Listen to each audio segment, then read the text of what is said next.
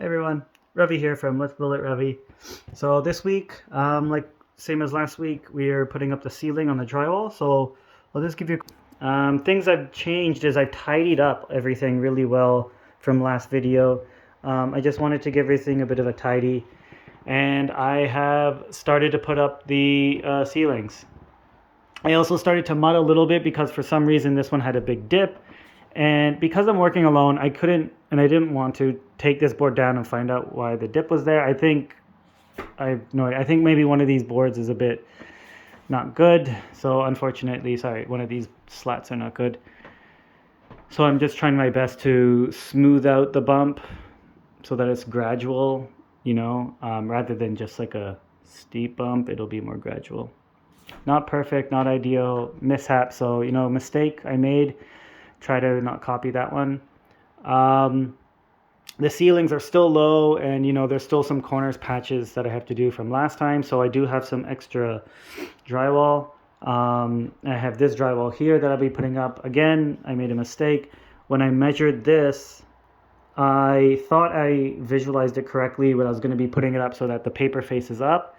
Now in this case, the brown paper faces up.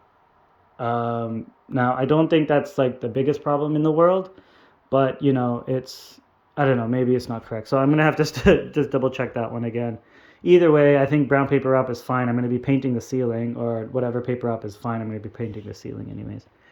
I have one extra board, so I have one here, one here. I will probably have to go buy an extra one because I need stuff for here. I need stuff for the edging. I need stuff for this edging, and I don't think that one board is going to cut it, right? It's just not enough. So I'll probably have to get an extra one of these, or I don't know, cut-offs or something if I could find it, but that's that. Insulation's obviously good.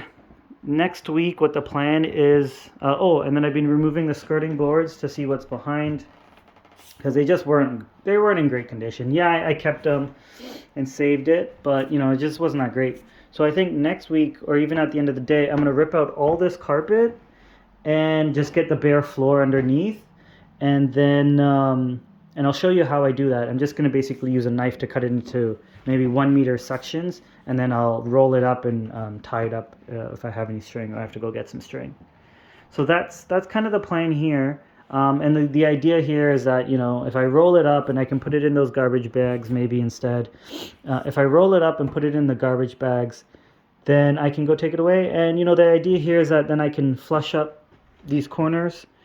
And when I do put on quarter rounds, if it's nice and smooth, and then I put on some quarter rounds at the end, I'll probably just like glue it on. I've seen people do that these days. They just use like a little bit of insulation foam glue, and I'm like, sure, whatever, good enough for me. So I know glue is not my favorite. If I can use a double edge nail, I think that's going to be best. I think double edge nail, maybe a little bit of glue. I'm not a big glue fan. Double edge nails I think are wild. It just depends if the double edge nails can go into the mortar. And I mean, if they could, then that's fantastic. So I should be good to go. Again, I just put up those strappings from yesterday, so that worked out really well because I needed it. The board doesn't go all the way to the edge right here, so I'll have to kind of fix that. But otherwise, I mean, not too bad. Smooth sailing overall. All right, see you soon. Bye.